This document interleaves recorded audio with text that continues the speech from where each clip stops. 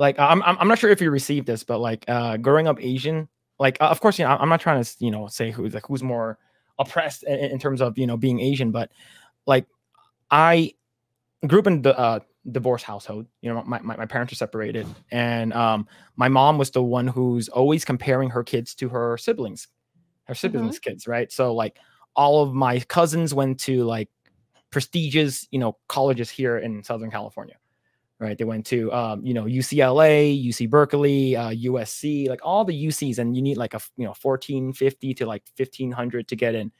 And for me, I'm like, in high school I didn't give a fuck because I was trying to get laid. So I was basically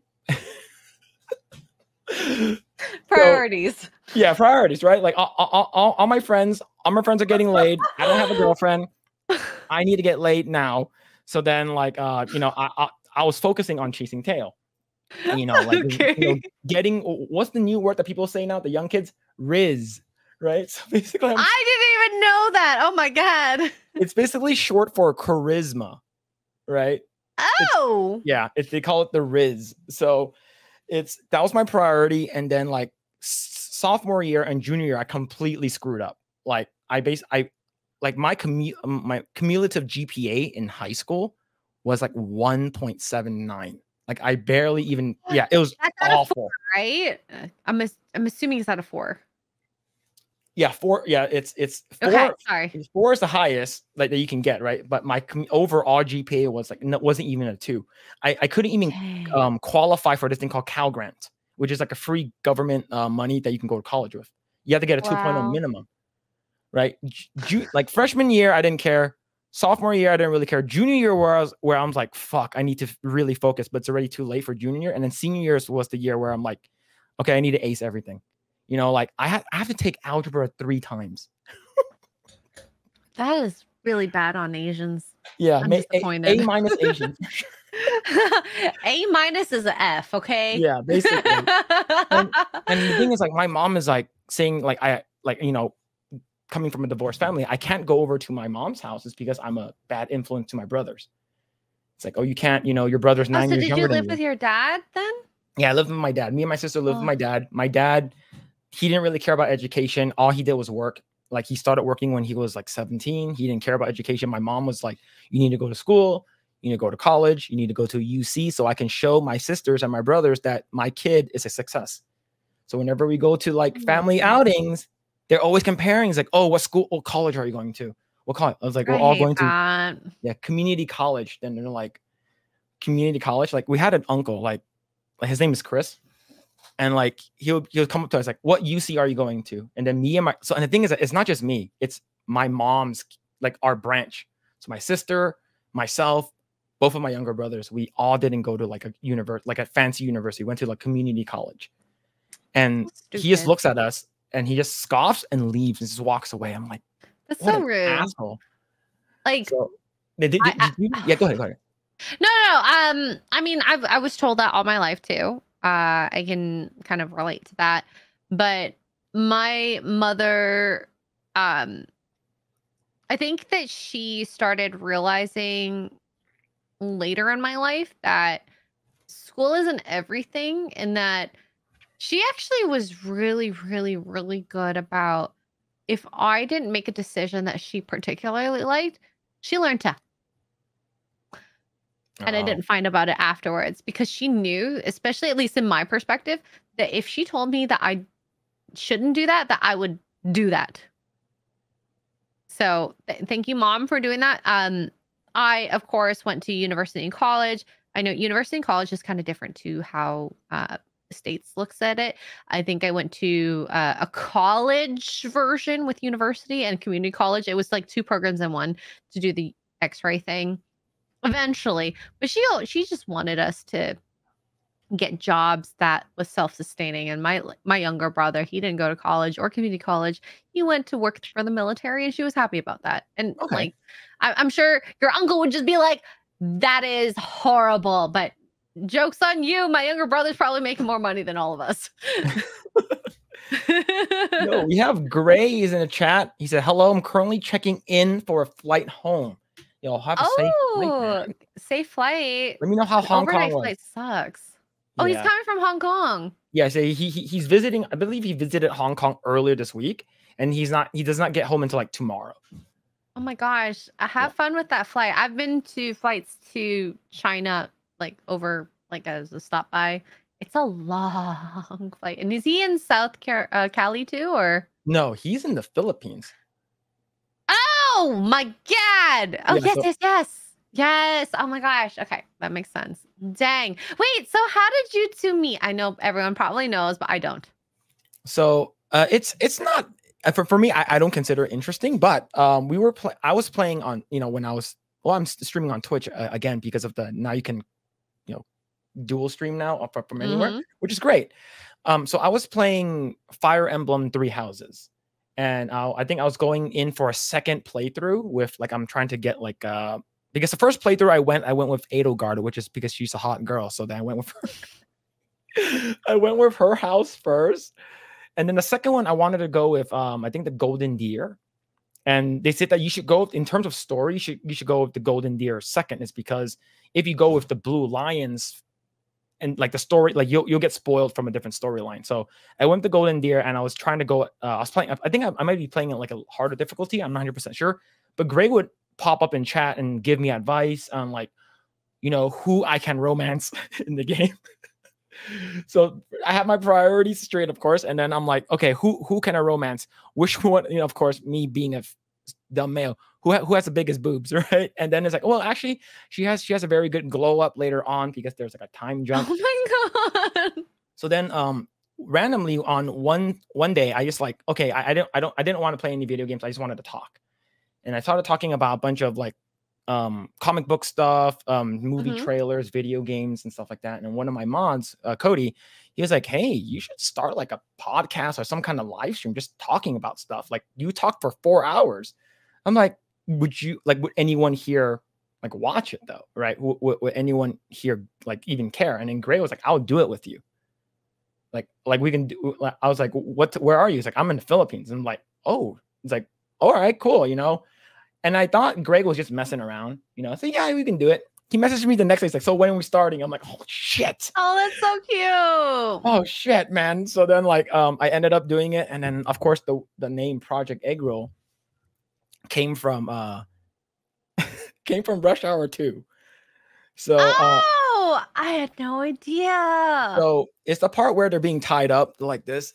It's like, Lee, all right, Lee, what are we gonna do? He's like, they're gonna bondage us, and gag us. And it's like, oh, that's not so bad. That's not so bad. He's like, and then they're gonna take us to the desert and cut off our Eggrolls. And then our Eggrolls, hell no, right? So then I'm like, hey, both of our cultures, the Philippines and Chinese people, we have Eggrolls, we have lumpia, and I have Chinese Eggroll, I don't know, Project Eggroll. How's that sound? That's cute. That sounds good. So that's basically how we started, and it's been a little bit over a year now. I think a year and 3 or 4 months now since we started. I love it. Asian power. I'm kidding. I mean, what's funny? I actually don't like egg rolls. I think egg rolls are no.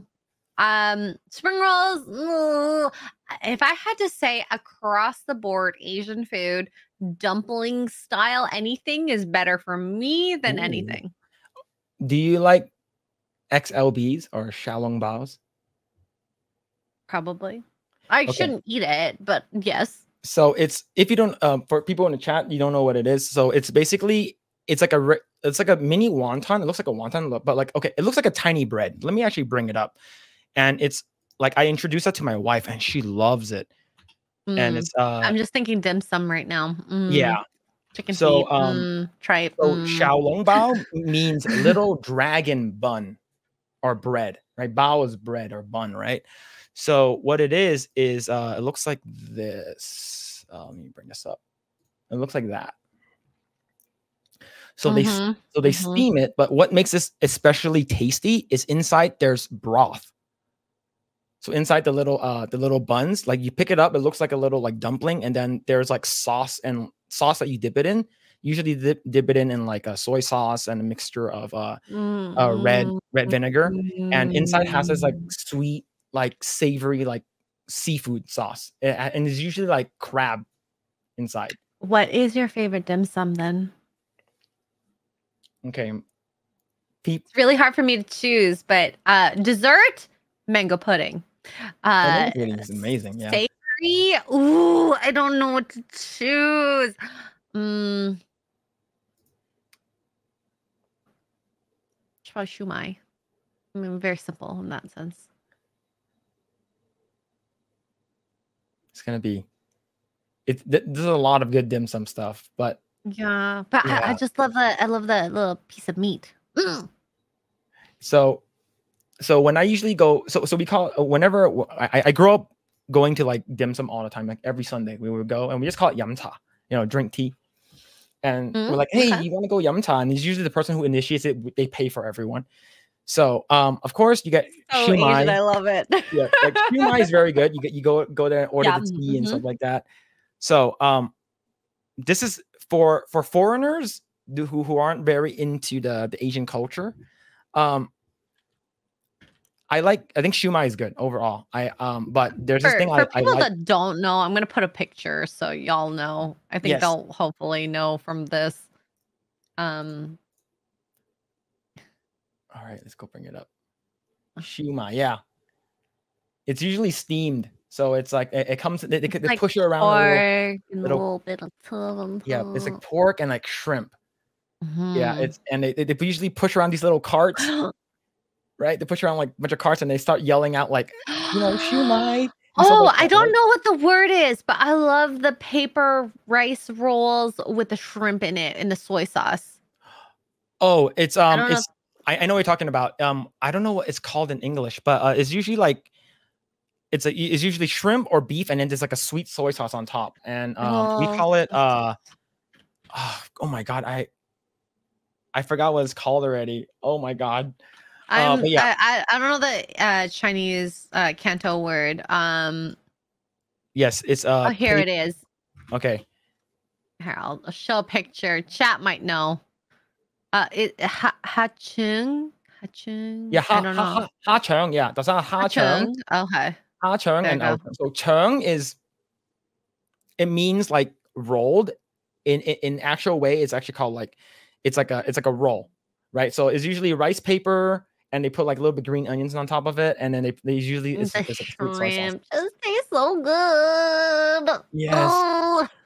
Yeah. So my favorite thing to eat. It's gonna sound disgusting though. It might ruin a lot of people's appetite. Balut? It's not balut. I did eat balut before though. Me too. Oh, and I was forced. My mom's like, "You got to eat it. It's expensive. You got to eat it." So it's expensive. Yeah. So it's a specific way of cooking it, but it's chicken feet. Oh, what way do you like it cooked? So it's the dim sum way is it's usually made, it's like this, they make the skin red, and it's basically marinated in this sauce that's like use like black bean, and I'm gonna show it, but people are gonna be like, this looks fucking gross. Oh, that sounds good. I mean, I know chicken feet sounds gross, but it's so good. But I also love tripe, so I mean, tripe is amazing. I love tripe.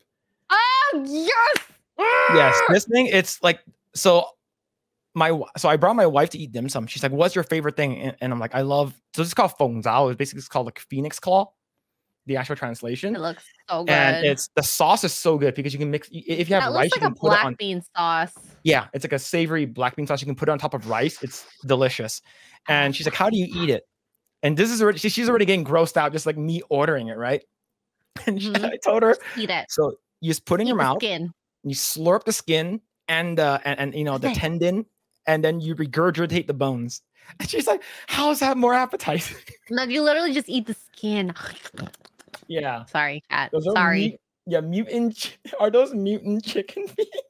No, that's actual just chicken feet. We love eating it. You know what's funny? This is a delicacy, and we just throw it away in America. Yeah, we do. Yeah, I think people just like don't like the the look of it, or just it's like whenever you go to like a Chinese restaurant, they bring out the lobster. It's like, this is the lobster. It's like a live one. This is lobster you want, right? It's like, yeah, that's the one I want to cook.